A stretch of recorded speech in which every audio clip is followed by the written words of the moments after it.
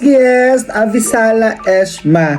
At ngayong hapon ay pagkakwentuhan natin kung anong industry naman na napasukan ko after kong mag-part-time sa Jollibee. So after my endo or after ng contract ko kay Jollibee, hindi na ako nag-part-time pa ulit.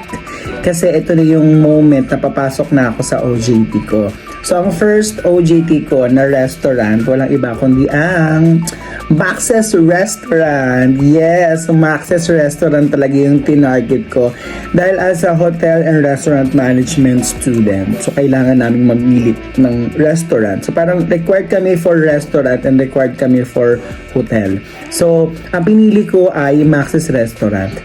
Bakit kaya Max's Restaurant yung pinili ko? Kasi una narinig ko, meron silang allowance doon. So, naghanap ako ng OJT na kahit papano, natututo na ako, nako-comply ko pa yung dapat kong i-comply. And of course, syempre, kumikita pa ako. Kasi kahit papano, 60 pesos ata during my time, siguro 2008 to 2009 yung Jollibee ko. Ito parang 2009 to 2010. Parang ganun yung OJT ko sa Max's Restaurants. Pero dahil meron akong allowance doon, kinumpit ko lahat ng requirements na binigay nila. Tapos ma-assign ako doon sa malapit. I don't know kung familiar kayo sa Markinton, Marikina, Blue Wave, na andun dati yung Max's Restaurant. Pero ngayon parang nalipat na dun sa tapat. Humiwalay na siya sa Blue Wave Mall, sa may Markinton Mall. Humiwalay na siya doon. Nandun na nag-stand alone na si Max's Restaurant. Pero napakaganda ng aking experience doon kasi nalibot ko lahat. As in, nalibot ko lahat. Yung sa kitchen, sa dining. Pero cashier lang pala yung hindi. Hindi ko pala na bawal kami sa pera. Tapos, parang na-experience ko din mag-extra dun sa party. Pero ang pinaka na-enjoy ko dun, sa dining yun. Mas nag-enjoy ako dun sa dining kasi ma-PR kasi akong tao. Gusto kong kumakausap ng tao at hindi yun naging mahirap para sa akin. Gusto ko yung nag-welcome ng guests.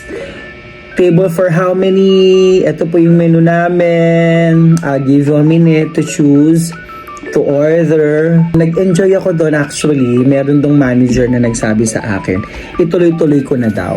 Doon na daw ako magtrabaho. Kaya lang inisip ko, syempre, mas iba pa rin kapag makagraduate ako ng college. Kaya nag-antay ako, nagtiis ako, tinapos ko yun. Tapos, pero syempre may mga flosses pa din. Ang mahalaga doon, nag-enjoy ako sa Max's Restaurant na meron akong allowance. Kahit papano. Kahit hindi ganun kalaki, 60 pesos din yun na. Tapos, sa kagustuhan kong makatapos ng mabilis sa OJT ko, pumapasok ako ng opening to closing. Yes, opening to closing. At baon na baon ko lahat ng natutunan ko doon hanggang ngayon sa pagtuturo ko na ituturo ko na yun sa mga bata. So kung may mga questions kayo about sa pag-OJT, i-try nyo na din yun. Sa mga hospitality industry, ang kinuhang kurso, try nyo dun sa Max's Restaurant. Naabutan ko pa din yung promo ng summer. Parang meron doon ay yung malalaking halo-halo.